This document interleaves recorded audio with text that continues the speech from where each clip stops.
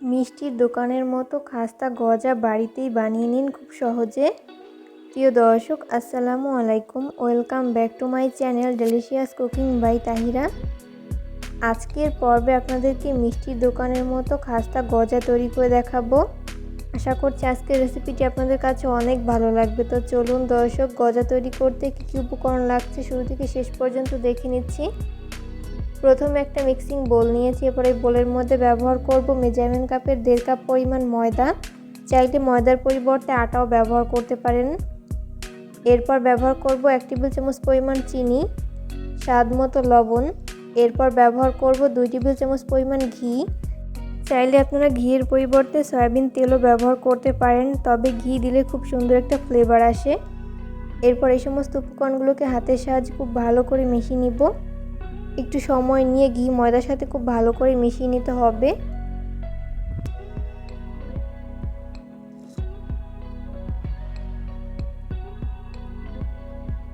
তো এই পর্যায়ে আমি এর মধ্যে ব্যবহার করব 1/2 চামচ পরিমাণ বেকিং সোডা। এখানে অবশ্যই বেকিং সোডা ব্যবহার করতে হবে, বেকিং পাউডার ব্যবহার করা যাবে না।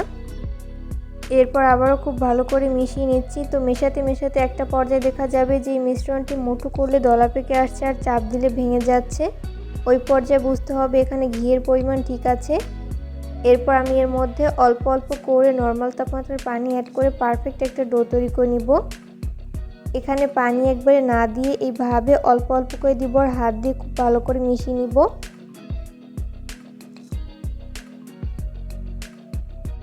তো মেশাতে মেশাতে এরকম পারফেক্ট একটা ডো তৈরি করে নেওয়া হয়েছে। আর এই ডোটি তৈরি করতে আমার এখানে 1/2 কাপের মতো পানি লেগেছে, আপনাদের কম বা বেশি লাগতে পারে।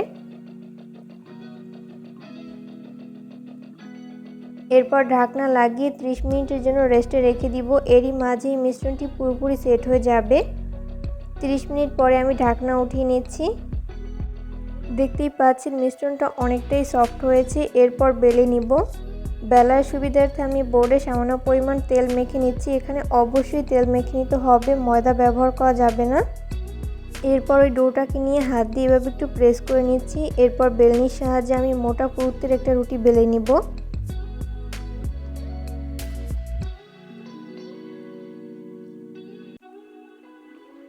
তো এই পর্যায়ে রুটি বেলে নেওয়া হয়েছে। এরপর ছুরির সাহায্যে এইভাবে 4টি অংশে ভাগ করে নিচ্ছি। তো ভাগ করে নেওয়া হয়েছে। এরপর প্রতিটা ভাগ এইভাবে ধাপে ধাপে বসিয়ে দিচ্ছি।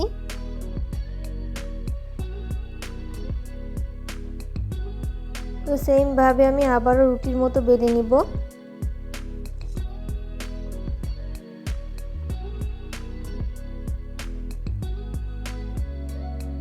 তো রুটি বেলে নেওয়া হয়েছে। এরপর ছুরির সাহায্যে আবারও 4টি অংশে ভাগ করে নিব।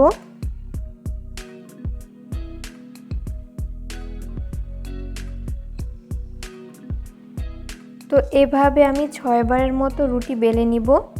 এতে করে প্রতিবার লেয়ার ক্রিয়েট হবে আর এই গজাগুলো খেতে অনেক বেশি মজার হবে।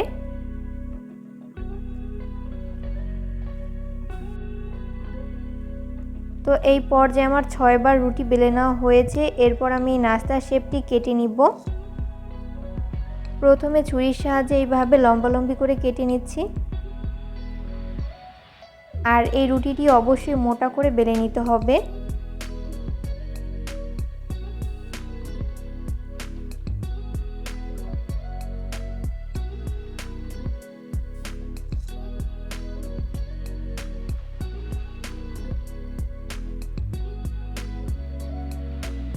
তো এই পর্যায়ে লম্বালম্বি করে কেটে নেওয়া হয়েছে। এরপর আমি এইভাবে আড়াআড়ি করে কেটে নিব।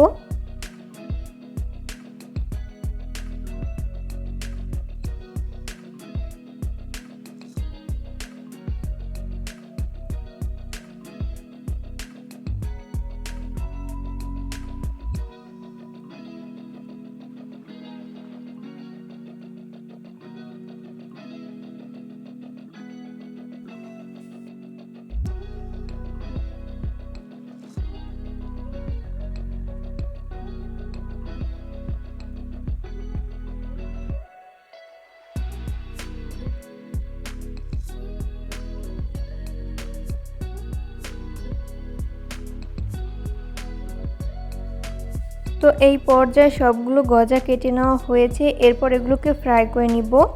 ওই জন্য চুলায় একটা ফ্রাই প্যান বসিয়ে দিয়েছি। এরপর যথেষ্ট পরিমাণ সয়াবিন তেল দিয়ে দিচ্ছি। তেল যখন মিডিয়াম আঁচে গরম হবে ওই পর্যায়ে আমি একটি একটি করে গজা শেপ দিয়ে দিচ্ছি।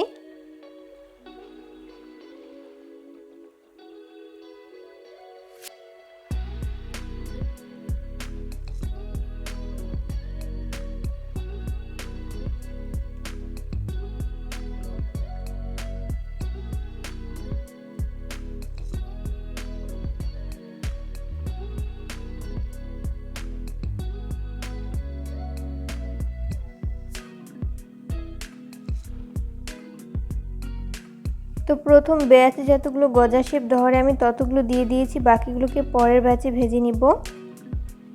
গজাগুলো ফ্রাই করতে করতে যখন এক পাশ ভালো মতো ফ্রাই করে নেওয়া হবে ওই পর্যায়ে আমি একটা চামচের সাহায্যে উল্টে দিব অপর পাশটি ফ্রাই করে নেওয়ার জন্য। অবশ্যই চুলার আঁচ মিডিয়াম ফ্লেমে রেখে গজাগুলোকে ফ্রাই করে নিতে হবে, এতে করে দুই পাশ ভালো মতো কুকড হতে পারবে। কোনোভাবেই চুলার আঁচ হাই ফ্লেমে রেখে এই গজাগুলো ফ্রাই করা যাবে না, সেক্ষেত্রে উপর থেকে খুব দ্রুত কালার চলে আসবে, তবে ভেতরটা ভালো মতো কুকড হবে না, তাই লো আঁচে ভেজে নিতে হবে। তো এই পর্যায়ে চামচের সাহায্যে অনবরত নেড়েচেড়ে মিশিয়ে নিতে হবে যতক্ষণ না পর্যন্ত কাঙ্ক্ষিত কালার না আসে।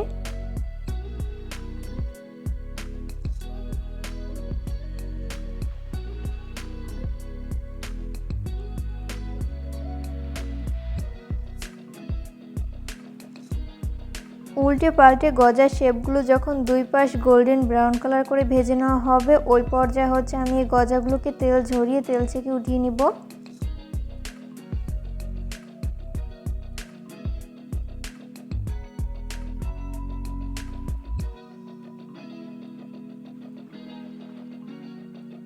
তো সেমভাবে আমি বাকি গজাগুলোকেও ভেজে নিব।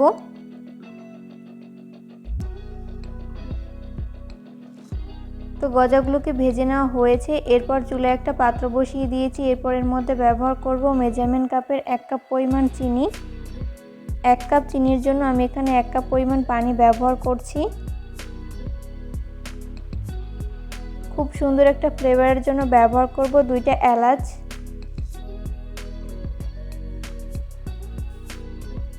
এরপর একটা স্প্যাচুলার সাহায্যে খুব ভালো মতো নেড়েচেড়ে মিশিয়ে চিনিটাকে খুব ভালো মতো গলিয়ে নিতে হবে। তো এই পর্যায়ে চিনি খুব ভালো মতো গলে মিশে গেছে। এরপর অপেক্ষা করব এই শিরায় বলক আসা পর্যন্ত। যখন শিরায় বলক চলে আসবে ওই পর্যায়ে আমি আরও 2 মিনিটের মতো জাল করে নিব।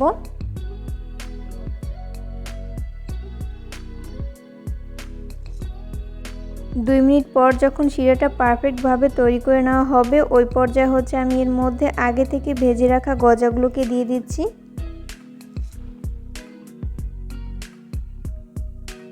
এরপর উল্টে পাল্টে শিরার সাথে খুব ভালো করে মিশিয়ে নিব।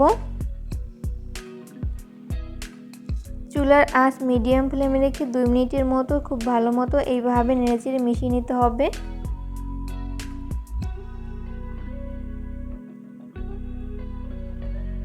দুই মিনিট পরেই দেখা যাবে যে শিরা খেয়ে এই গজাগুলো রসে টইটুম্বুর হয়ে গেছে। তো ওই পর্যায়ে আমি শিরা ছেঁকে এই গজাগুলোকে উঠিয়ে নিব।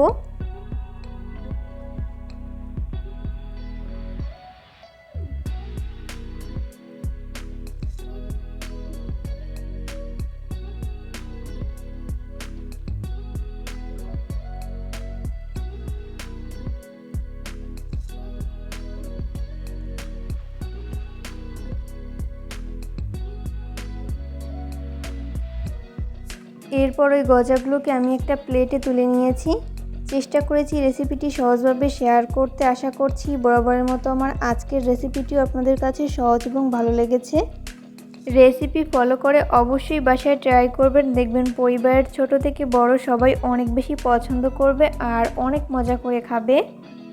এতটাই মজার হয়ে থাকে ময়দার এই গজাগুলো, মুখে দিলেই একদম মিলিয়ে যাবে।